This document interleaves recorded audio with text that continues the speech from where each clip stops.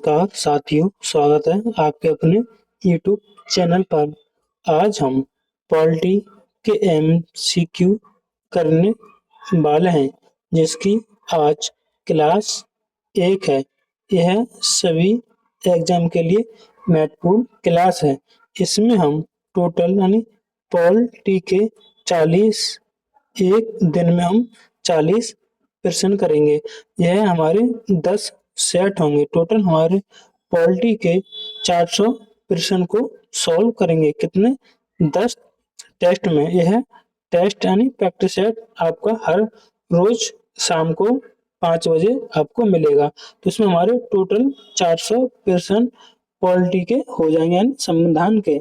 अगर आपको हमारी यह क्लास पसंद आए तो क्लास को लाइक और चैनल को जरूर सब्सक्राइब करें। और यह क्लास जितने भी वनडे एग्जाम सरकारी एग्जाम हैं उनके लिए महत्वपूर्ण क्लास होगी। तो आइए आज का हमारा पहला सवाल है, भारत के लिए एक संविधान सभा का विचार पहली बार द्वारा पेश किया गया था। किसके द्वारा पेश किया गया था? तो इसका हमारा ऑप्शन डी एम एन।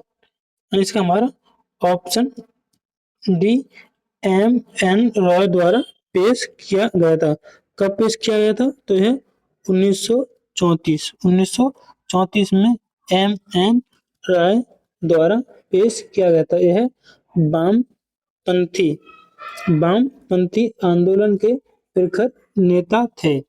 अगला हमारा प्रश्न नंबर 2, 13 दिसंबर 1946 को भारतीय संविधान सभा में ऐतिहासिक उद्देश्य संकल्प को किसने रखा था?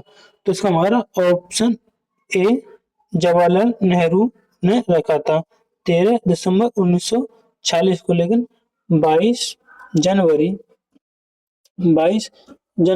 1947 को इसको स्वीकृत किया था। यह बाद में उद्देश्य संकल्प बाद में भारतीय संविधान का प्रस्तावना में बदल गया। तो यह किसने पेश किया था? जवाहरलाल नेहरू। इसका हमारा ऑप्शन ए। प्रश्न नंबर 3, भारतीय संविधान का निर्माण किस सभा द्वारा किया गया है? लोकसभा हमारा ए गलत, बी होगा हमारा संविधान सभा द्वारा। ऑप्शन का बी। संविधान सभा की प्रथम बैठक 9 दिसंबर 1946 को हुई थी, जिसके अस्थायी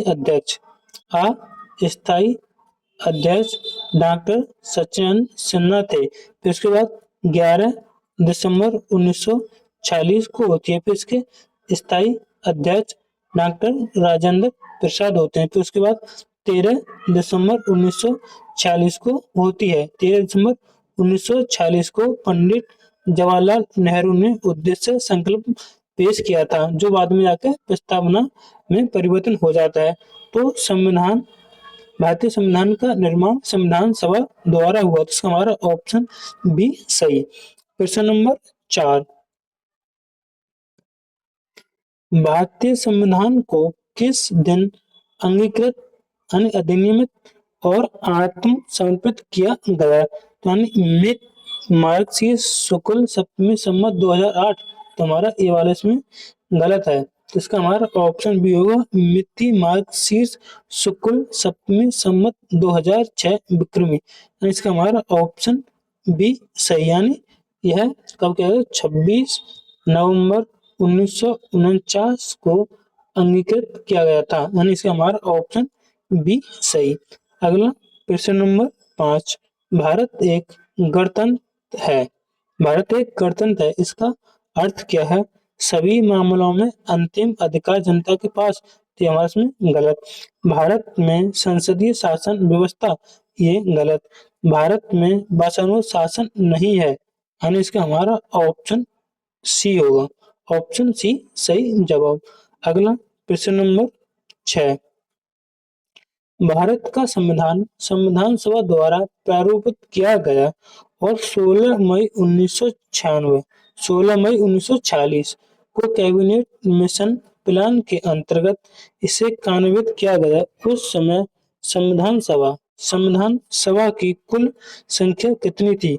तो कुल संख्या 389 थी। इसका हमारा ऑप्शन ए सही होगा। कितनी थी? 389। इसमें 296 ब्रिटिश भारत की सदस्यों की संख्या थी, जिसमें कुल 93 सीटें देशी रियासत को आवंटित की गई थी। अगला प्रश्न नंबर है, इसमें उत्तर गलत है। अगला प्रश्न नंबर 7, प्रस्तावना में कौन सा शब्द यह दर्शाता है कि भारत ना तो किसी अन्य राष्ट्र के अधीन है और ना ही उपनिवेश, बल्कि एक स्वतंत्र राष्ट्र है? तो इसमें हमारा ऑप्शन है गणतंत्र नहीं, संप्रभुवन। इसका हमारा ऑप्शन बी राइट आंसर। अगला प्रश्न नंबर 8, निम्न में से कौन भारत को एक धर्मनिरपेक्ष राज्य बनाता है? मूल अधिकार, ये गलत। बी नवी अनुसूची, ये तो भूमि सुधार से संबंधित है, बी गलत। सी निदेशक सिद्धांत, हमारा सी गलत। हमारा ऑप्शन डी यानी संविधान की प्रस्तावना बनाती है। यानी यह 42वां संविधान संशोधन 1976 के तहत 3 शब्द जोड़े गए थे। कौन? एक पंथ निरपेक्ष, जिसे हम धर्म निरपेक्ष भी कहते हैं, और दूसरा समाजवाद और अखंडता। 3 शब्द जोड़े गए थे 42वें संविधान संशोधन द्वारा। तो इसमें पूछा धर्मनिरपेक्ष राज्य बनाता है, तो हमारी प्रस्तावना बनाती है। हमारा इसका ऑप्शन डी सही। अगला प्रश्न नंबर 9, किस अंग्रेजी राजनैतिक वैज्ञानिक ने उद्देश्य को भारतीय संविधान की कुंजी कीनोट कहा था? तो इसका हमारा ऑप्शन ए होगा सर अर्नेस्ट बर्कर।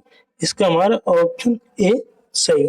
अगला प्रश्न नंबर 10, प्रस्तावना को संविधान की राजनीतिक कुंडली के रूप में किसने वर्णित किया था? तो इसका हमारा ऑप्शन ए के एम मुंशी। आगे के एम मुंशी, यानी ये आपको 4 विकल्प दिए हैं। यानी इसका कुंडली किसने कहा था? के एम मुंशी। यानी K M Munshi, M N Raghav, doctor Bhimrao Ambedkar, Alladi Krishna Swami Ayyar. यह प्रारूप समिति के सदस्य हैं। प्रारूप समिति 29 अगस्त 1947 को गठन हुआ था, जिसमें कुल 7 सदस्य थे। इसमें डॉक्टर भीमराव अंबेडकर अध्यक्ष थे। पहले K M Munshi, M N Madhav यानी बी एल राघव, उन्होंने इस्तीफा दिया था, तो वहां पर उनके स्थान पर माधव राय आए थे। और अलादी कृष्ण स्वामी ये भी हैं, और एन गोपाल स्वामी अय्यर और मोहम्मद सादुल्ला और टी कृष्णमाचारी। यानी इसमें कुल 7 सदस्य हुए थे। अगला हमारा प्रश्न नंबर 11, एक प्रख्यात न्यायविद और संवैधानिक विशेषज्ञ एन ए पालकीवाले ने संविधान का पहचान पत्र कहा, यानी किसको कहा? इसका हमारा उद्देश्य को कहा था। इसका हमारा ऑप्शन डी सही होगा। अगला हमारा प्रश्न नंबर 12, निम्नलिखित में से भारतीय संविधान में एकात्मक विशेषता कौन सी है? तो उसका हमारा ऑप्शन बी होगा एकीकृत न्यायपालिका, ऑप्शन इसका बी। अगला प्रश्न नंबर 13, भारतीय संविधान की उद्देशिका में व्यक्त किए गए न्याय कौन से सामाजिक, आर्थिक, राजनैतिक आदर्श कहाँ से लिए गए हैं? तो यह हमारी रूसी क्रांति 1970 से लिए गए हैं। इसका हमारा ऑप्शन सी है। इसमें मुझे उद्देशिका में कितने न्याय? इसमें न्याय है हमारे 3, और मुझे स्वतंत्रता कितनी है? 5। अगर समानता बूझे तो 5। यानी आपको न्याय कौन कौन से हैं? सामाजिक, आर्थिक और राजनीतिक। आपको स्वतंत्रता पूछे तो विचार, अभिव्यक्ति, विश्वास, धर्म और उपासना, चार हो गई। अगर आपसे पूछे समानता तो अवसर की समानता और प्रतिष्ठा की समानता। यानी आपको मैं बता दी प्रस्तावना में न्याय कितने हैं, तीन। कौन कौन से ये बता दिए।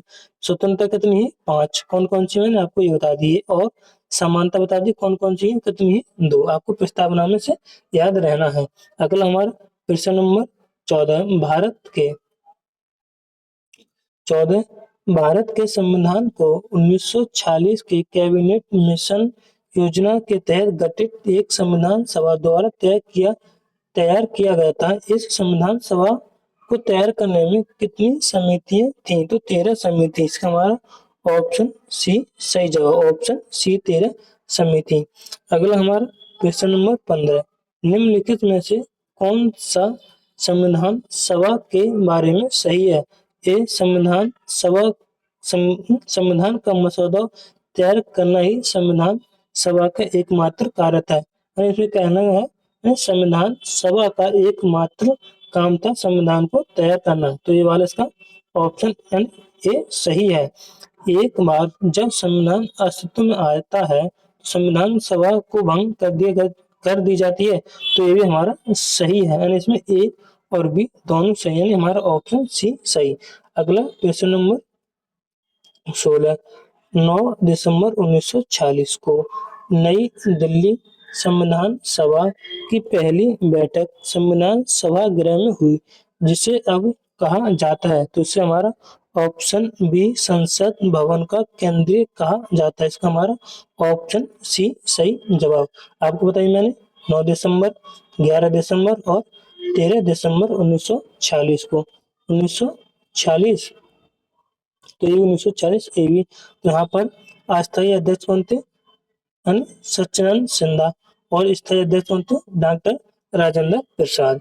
अगला हमारा क्वेश्चन नंबर 17। संविधान सभा का अंतिम सत्र कब आयोजित हुआ था। तो 24 जनवरी 1950 को आयोजित हुआ था। जहाँ पर किसे राष्ट्रपति डॉक्टर राजेंद्र प्रसाद को बनाया गया था, प्रथम राष्ट्रपति चुना गया था। 26 जनवरी 1950 को लागू हो गया था। अगला हमारा क्वेश्चन नंबर 18।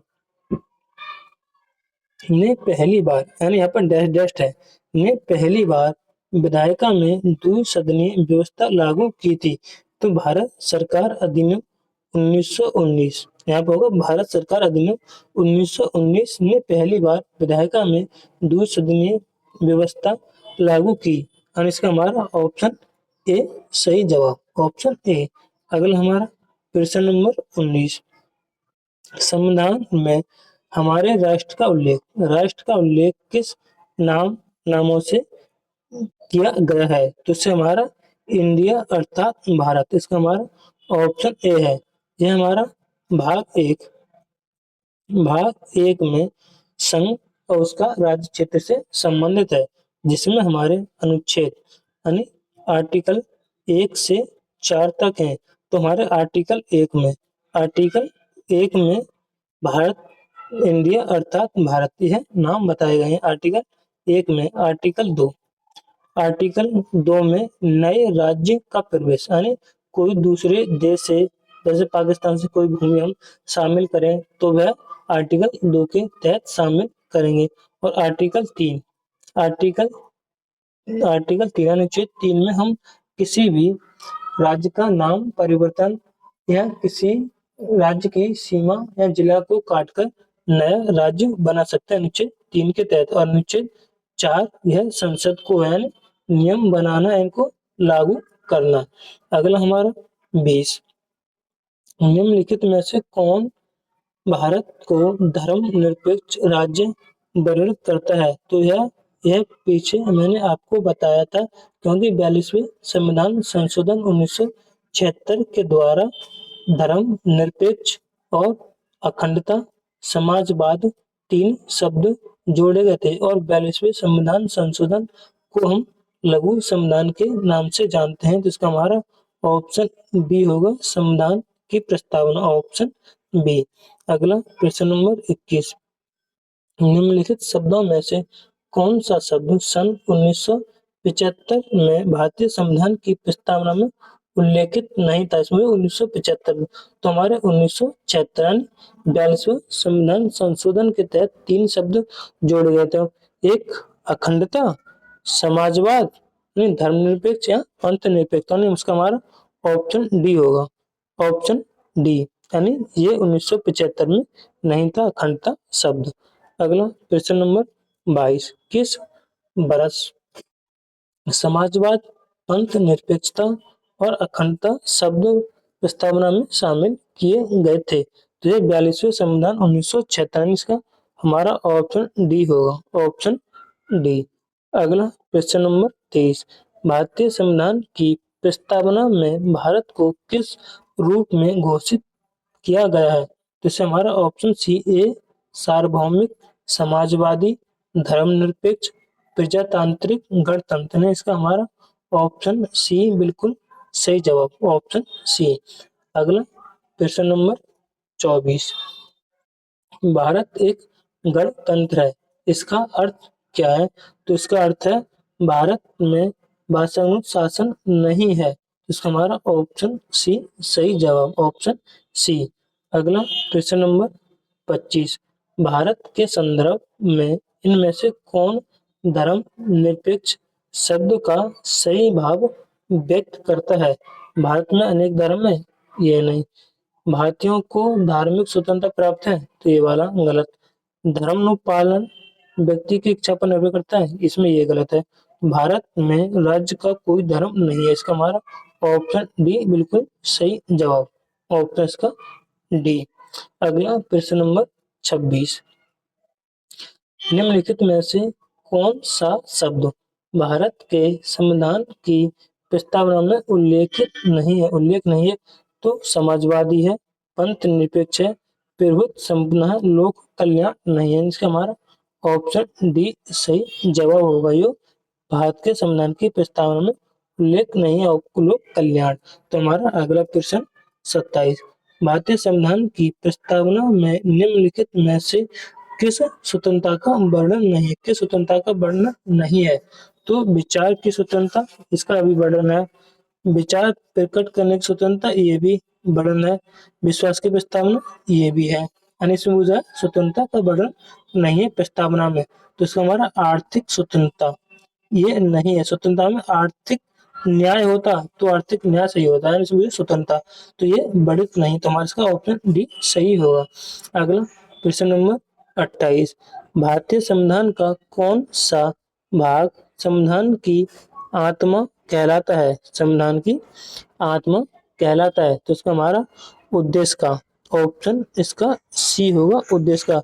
अगर यहाँ पे होता कि डॉक्टर भीमराव अंबेडकर ने संविधान के किस भाग यानी किस अनुच्छेद को संविधान की आत्मा कहा, तो वो आंसर होता आर्टिकल 32, यानी भीमराव अंबेडकर ने अनुच्छेद 32 को संविधान की आत्मा कहा था। अगला प्रश्न नंबर 29, निम्नलिखित में से किस बाद में उच्चतम न्यायालय ने धारणा प्रस्तुत की कि उद्देश्य का संविधान का भाग है? संविधान का भाग है यूनियन ऑफ इंडिया बनाम डॉक्टर कोहली, तो इसमें ये वाला नहीं। बनारसी दास बनाम स्टेट ऑफ यूपी, ये गलत। केशवानंद भारती बनाम केरल राज्य 1973 में कहा था, 1973 का केस है, इसका हमारा ऑप्शन सी होगा। और यहाँ पता है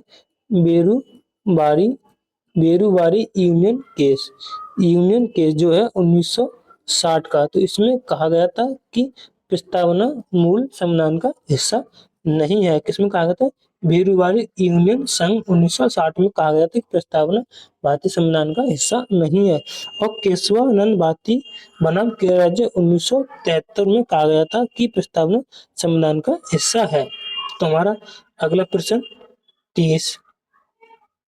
30वां प्रश्न, भारत का संविधान के तहत प्रदान करता है कि किसी भी अपराध को आरोपी व्यक्ति खुद अपने ही खिलाफ गवाही बनने के लिए मजबूर नहीं किया जाएगा। तो हमारा 20 के ए नहीं, यानी इसमें होगा 20 में ये वाला नहीं, 21 में इसमें प्रारंभ एक स्वतंत्रता है, तो इसका हमारा ऑप्शन होगा डी। ऑप्शन डी अनुच्छेद 20 के 3 में, अनुच्छेद 20 के 3 में, ऑप्शन इसका डी। अगला प्रश्न नंबर 31। भारतीय संविधान का संसद को यह अधिकार देता है कि वह उपयुक्त कानून बनाकर नए राज्य बना सके और वर्तमान राज्यों के इलाकों में सीमा और नामों को परिवर्तन कर सके। तो यह हम आपके लिए होमवर्क दे रहे हैं। क्या है ये? होमवर्क।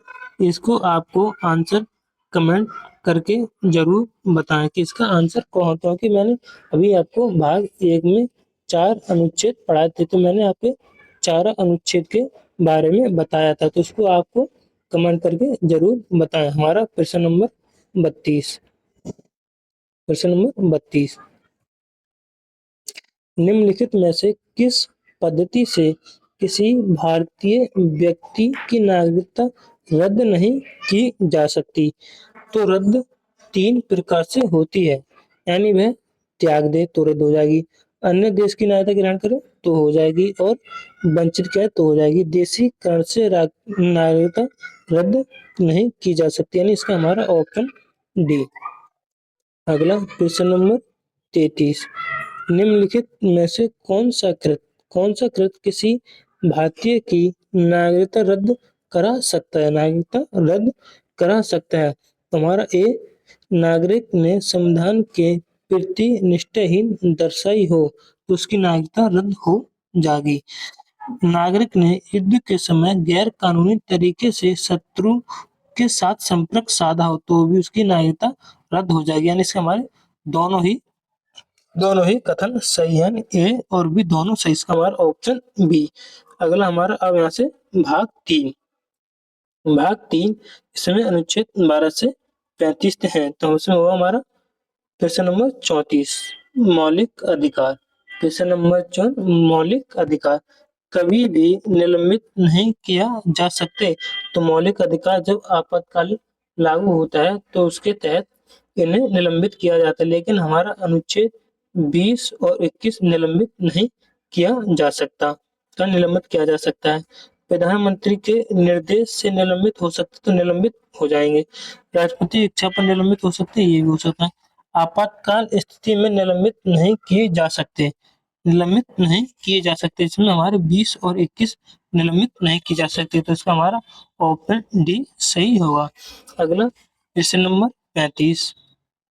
भारतीय संविधान में किस अनुच्छेद के अंतर्गत नागरिकों को मौलिक अधिकार प्रदान किए गए? तो मौलिक अधिकार भाग 3 में मौलिक अधिकार हैं जो कि 12 से 35 तक, तो इसका हमारा ऑप्शन बी होगा 12 से 35। और हम भाग 3 को मैग्ना कार्टा कहते हैं, मैग्ना कार्टा भाग 3 को।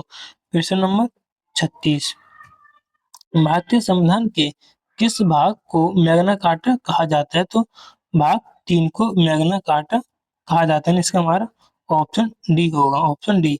भाग 4 के 1 में मूल कर्तव्य है, मूल कर्तव्य, भाग 4 में डीपीएसपी, भाग 1 में संघ और उसका संघ नहीं संघ क्षेत्र और उसका राज्य क्षेत्र है, भाग 2 में नागरिकता और भाग 3 में मौलिक अधिकार। तो भाग 3 को मैं काटा कहा जाती है, हमारा ऑप्शन डी। प्रश्न नंबर 37। भारतीय संविधान के किन भागों को ग्रीनविल ऑस्टिन ने संविधान की चेतना के रूप में वर्णित किया है? तो उसमें भाग 3 और भाग 4 को, यानी इसका हमारा ऑप्शन डी बिल्कुल सही जवाब। भाग 3 और 4 को ग्रीनविल ऑस्टिन ने संविधान की चेतना को वर्णित किया है। अगला हमारा प्रश्न नंबर 38। मौलिक अधिकार उनके आधुनिक नाम हैं जिन्हें पारंपरिक के रूप में जाना जाता है, तो इसका हमारा ऑप्शन ए होगा प्राकृतिक अधिकार, ऑप्शन ए। अगला प्रश्न नंबर 39। न्याय समीक्षा का सिद्धांत किस देश में उत्पन्न हुआ? न्याय समीक्षा का सिद्धांत किस देश में उत्पन्न हुआ? तो यह संयुक्त राज्य अमेरिका, इसका हमारा ऑप्शन ए सही। अगला हमारा आखिरी प्रश्न और लास्ट 40। किस मौलिक अधिकार का लक्ष्य है सामाजिक विभेद उन्मूलन करना। तो इसमें हमारा शोषण के विरुद्ध अधिकार, तो ये वाला इसमें नहीं है। धर्म की स्वतंत्रता का अधिकार, तो इसमें ये गलत। स्वतंत्रता का अधिकार, इसमें ये गलत। तो इसमें होगा हमारा समानता का अधिकार, जो कि 14 से 18 तक है। इसका हमारा ऑप्शन डी सही जवाब है। आपको हमारी यह पॉलिटी की क्लास किस प्रकार पसंद आई, एक बार कमेंट करके और हमारी वीडियो को लाइक और चैनल को जरूर जरूर सब्सक्राइब करें और बताएं आपको हमारी यह वीडियो किस प्रकार पसंद आई। इसमें हमने 40% किए, हमारे यहाँ 10 सेट होंगे, प्रत्येक सेट में 40%, तो हम 10 सेट में समथिंग 400% कंप्लीट कर देंगे, जो कि हर एक government exam and one day exam के लिए महत्वपूर्ण क्लास होगी। तो वीडियो को लाइक करना ना भूलें। जय हिंद, वंदे मातरम।